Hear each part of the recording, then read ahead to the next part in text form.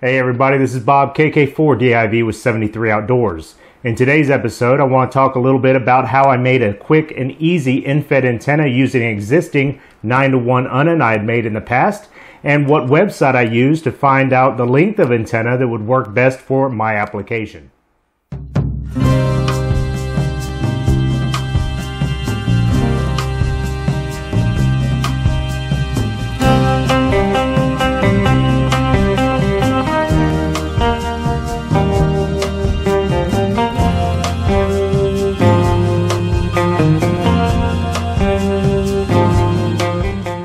Folks, first I want to talk a little bit about this 9-to-1 unun. I don't have a video on the creation or how we made this 9-to-1. We did do it as a club project, and in some future video I would like to talk a little bit more about it. But that's not what this video is about. I want to talk about random wire lengths for an Endfed antenna, and talk a little bit about this antenna wire that I got. This antenna wire that I use for this project is DX wire from Sotabeams. This is their UL DX wire, the ultralight wire. It's very thin and should work great for parks on the air activations or any kind of portable activations. It comes in, this one was 43 meters and it's black. I wish it was a brighter color so I could actually see it. In these kind of activations, I think a brighter color would be better. So not only, like I said, I could see it, but maybe other park goers could see it as well. But this one only comes in black, so black is what I've got. Now, we need to figure out how long our antenna needs to be. And for this, I used a website, and we're going to cut to the screen capture of the website right here.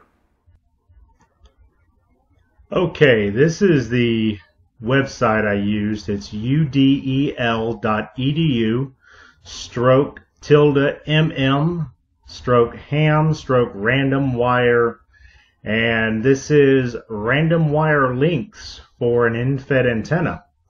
And as we scroll down, you can see the colored areas are areas you want to stay away from, or lengths you want to stay away from, and all this is done in feet over here. And yes, I'm sorry, we are in the US of A, and we use the imperial system here, feet and inches.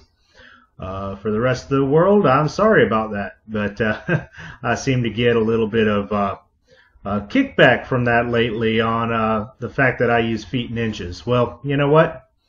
I use feet and inches. If you don't like it, do the conversion.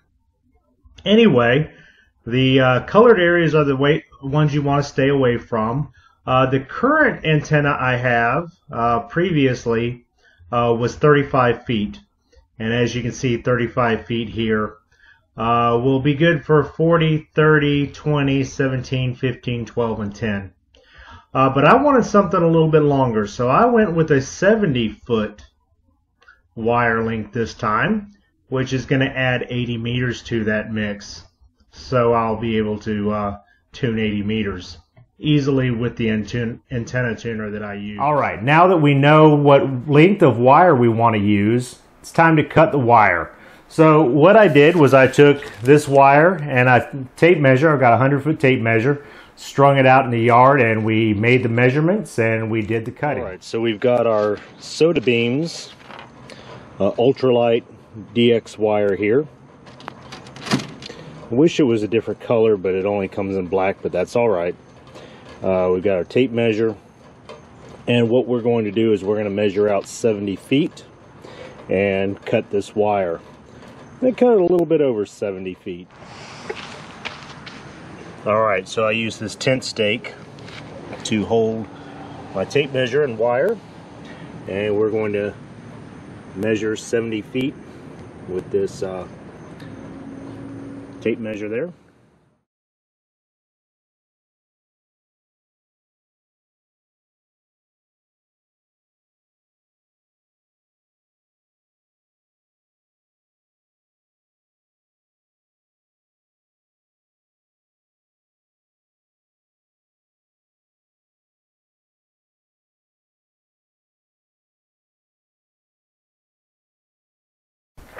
Alright, so I've got these little eyelets here that we're going to use.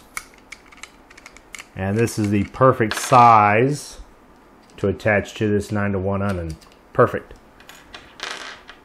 But first we need to strip the wire and get these attached and soldered on. So, find the end of the wire here. This is very thin gauge wire. It looks like about 18. Yep, about 18. The 18 gauge hole was able to cut the wire. And I've already cut this one. This is my long one. This is the 70-foot one. So we've got these little eyelets. We're going to get this put on here. Hopefully this works. This is very thin wire. These eyelets happen to be pretty wide in the hole. They do seem to want to slip out. But maybe, just maybe, I can get it to stay.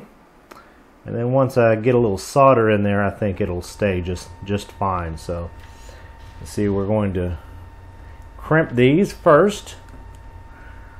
Little crimp on there.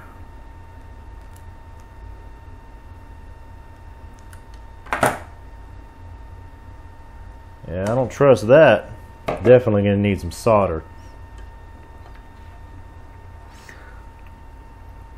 The light in this room is terrible right now.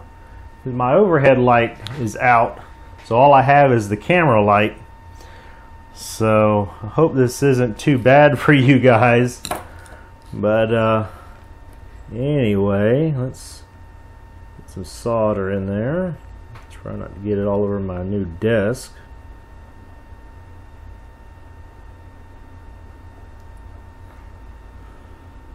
That is hard to see.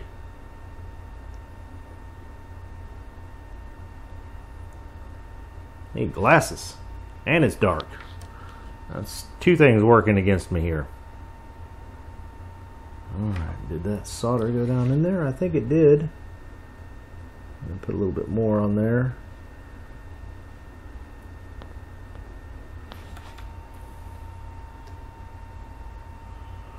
Okay.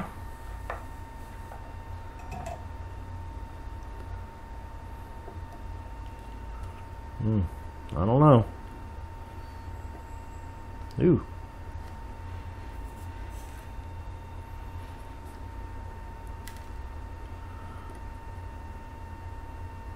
That holds.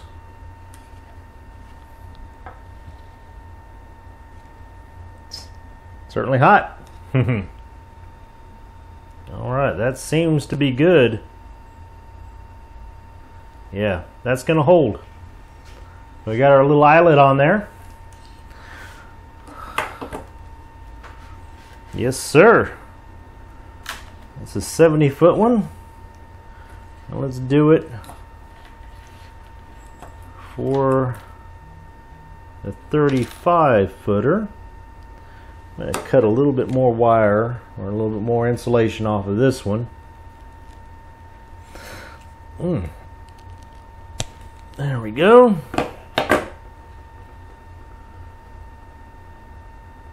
Actually, this wire, as it's advertised, has some sort of fiber in there, like a nylon fiber, to give it strength and prevent stretching, which is good. But when I was trying to solder that last one, I think it was messing with the solder, and I was having a hard time getting it stick. So I'm going to pull it back this time and get this crimped on there. Oh gosh, what happened? I guess I didn't get it crimped very well. Let's try that again. There we go. There we go. Now we got it crimped. Oh. Okay. Now we'll add a little bit of solder.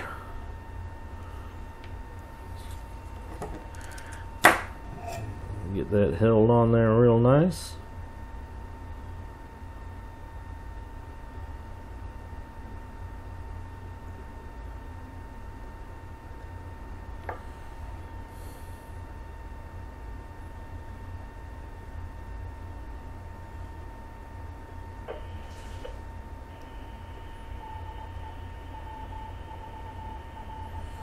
Okay.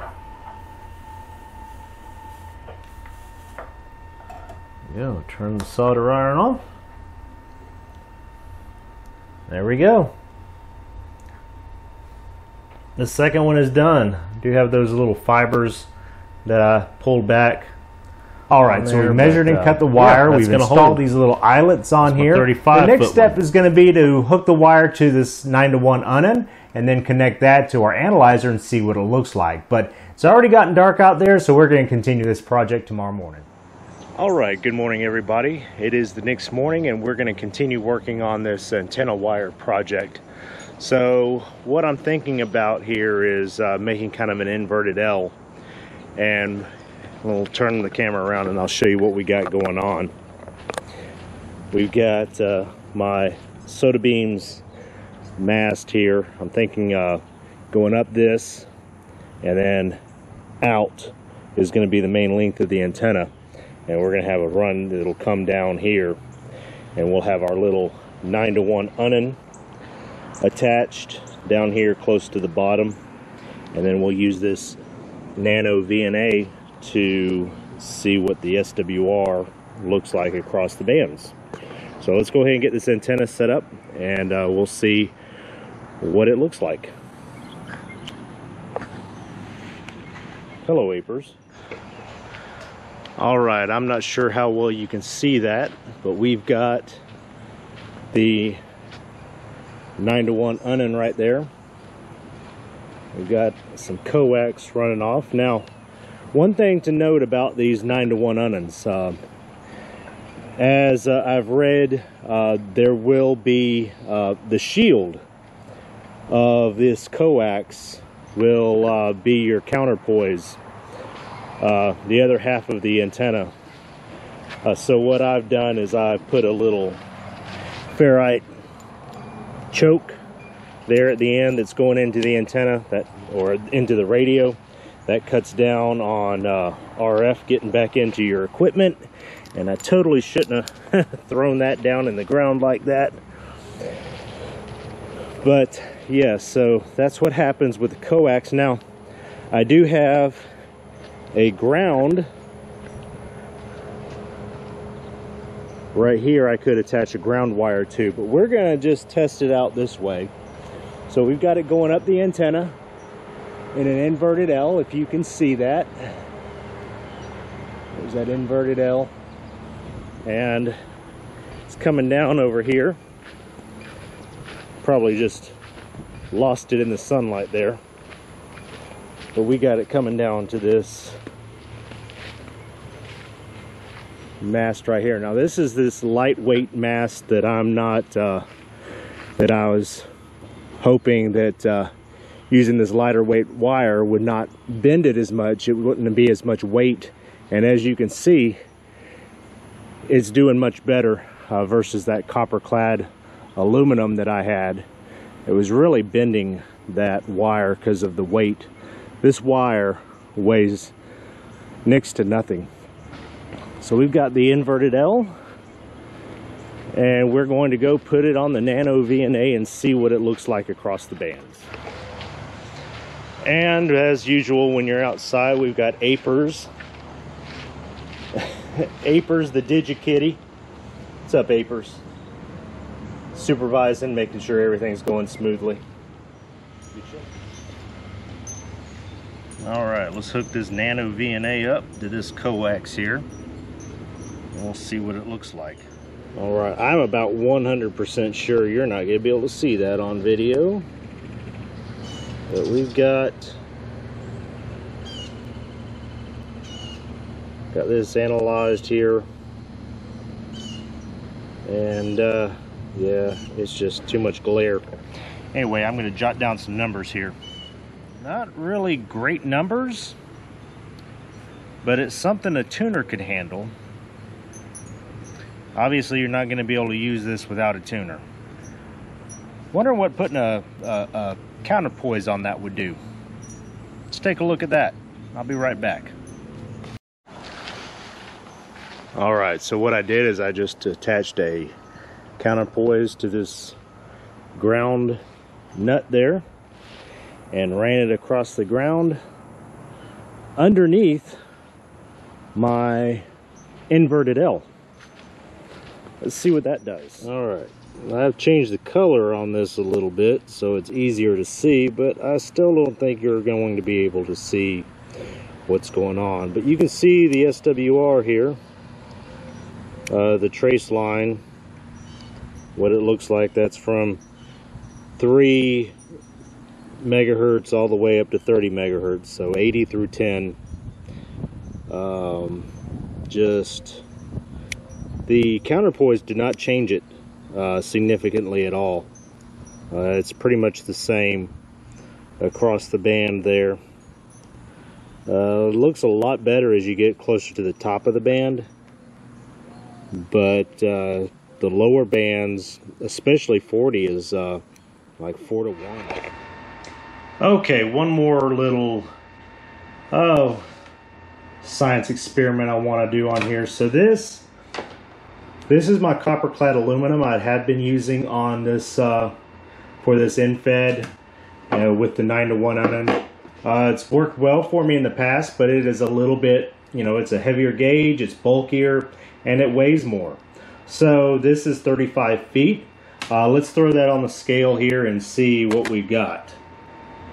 So we're looking at 4.6 ounces as it's measured on the scale here. This is 35 feet of this DX ultra light wire, DX wire from Sotabeams. 35 feet, it's the same length. Sorry for my butterfingers there, trying to do all this one-handed and hold the camera is a little bit difficult. We're going to put that on there, and it is 1.5 ounces, so significantly less weight, significantly less bulk, and this is going to work better for an antenna portable. So this is actually my 70-foot wire that I just tested earlier, and this is wrapped on a Sotabeams wire wrap, wire winder, antenna winder, whatever, and putting that on the scale. 4.5 ounces, so it weighs with the winder roughly as much as this shorter 35-foot copper clad aluminum wire weighs. So it would weigh, significantly less if I didn't have it on the wire winder. But I'm not going to unwind it because I have it on there nice and neat, and I don't want to do that. But you can see same weight as the shorter one here, so that's pretty awesome. And the fact that this shorter length here, the 35 feet of this stuff, is, well, now it says 1.6, 1.5, 1.5. We'll say it's close enough to 1.5 ounces, which is significantly less. So less bulk and less weight in your Go pack. All right, so as you can see, this antenna is certainly going to be need to be used with an antenna tuner of some sort. On 80 meters, it was SWR was 2.4, around 38 megahertz. The 60 meter band was 4.1 megahertz or 4.1 SWR. The 40 meter band was 4.5 SWR to 1. At 30 megahertz or 30 megahertz at 30 meters, it was 1.7 to 1. So that was one of the best readings. 20 meters, 3.4 to 1. On 17 meters, it was 1.4 to 1, and that was the best band, was 17 meters. 12 meters, 15 meters was 2.2 to 1. 12 meters, 1.7 to 1, which was also pretty good. And then on 10 meters, it was 2.3 to 1. So as you can see, this antenna certainly needs to be used with an antenna tuner. And looking at that website, that goes along with what he was saying. It's a compromised antenna for ease of use and deployment. It's not a resonant antenna, and it's certainly not something you can just hook into your radio and start transmitting. You are going to need an antenna tuner. But looking at that SWR across the bands, it looks like that would be something that a lot of internal tuners on a lot of rigs could handle.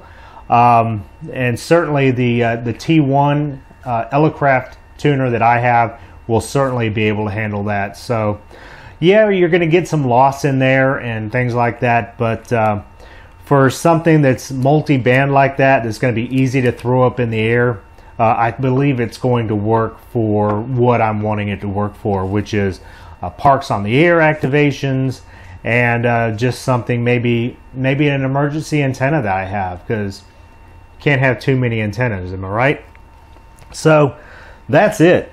That's what we got, and you know, certainly I want to dive into this a little bit deeper and make some adjustments on the antenna length and see if that has any effect. I did try to shorten it up by folding it back on itself and twisting it together.